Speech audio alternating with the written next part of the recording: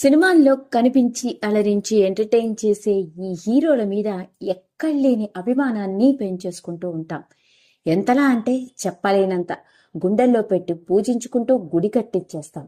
ఇక సినిమాలో హీరో మాదిరిగానే రియల్ లైఫ్ లో కూడా తమ ఫేవరెట్ హీరోలు తాము కష్టాల్లో ఉంటే ఆదుకుంటారని ఆశగా ఎదురు చూస్తూ ఉంటారు. అంతేందుకు చాలా మంది హీరోలు రియల్ లైఫ్ లో కూడా హీరోలు అనిపించుకుంటూ తన దాతృత్వాన్ని చాటుకుంటూ తమ అభిమానులు కష్టాల్లో ఉంటే ఆదుకున్న సంఘటనలు సందర్భాలు ఎన్నో.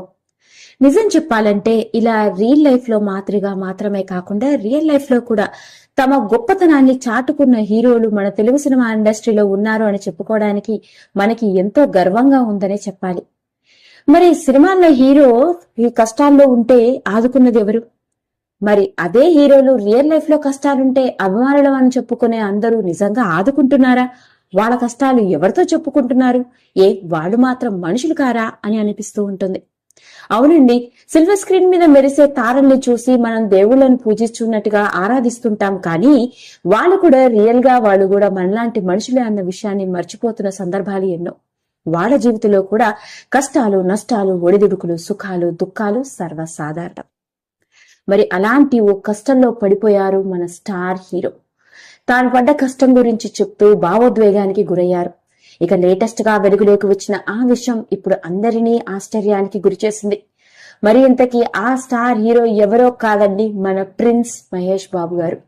ప్రిన్స్ మహేష్ బాబు నిజంగా పేరుకు తగ్గట్టుగానే ఆయన నటనలో మాత్రమే కాదు, ఆయన గొప్పతనంలో కూడా ప్రిన్స్ అనే చెప్పుకోవాలి.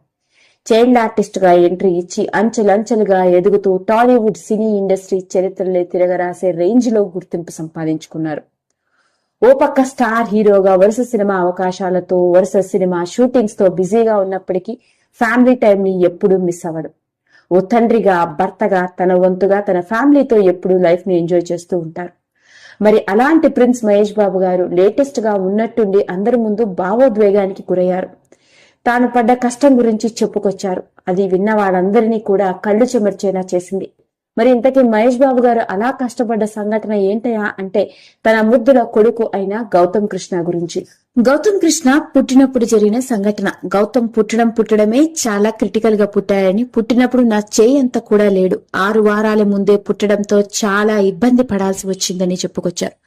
ఆ టైంలో తాను చాలా కంగారు పడ్డానని, ఆ పరిస్థితుల నుంచైతే మేము క్షేమంగానే బయటపడ్డాము, ఎందుకంటే మాకు డబ్బులు ఉన్నాయి కాబట్టి. కానీ ఆ క్షణంలో నా జీవితంలో నేను ఎదుర్కొన్న ఆ సంఘటన నన్ను తట్టి లేపింది. మాకు డబ్బులున్నాయి కాబట్టి గౌతమ్ని మేము క్షేమంగా కాపాడుకోగలిగాము.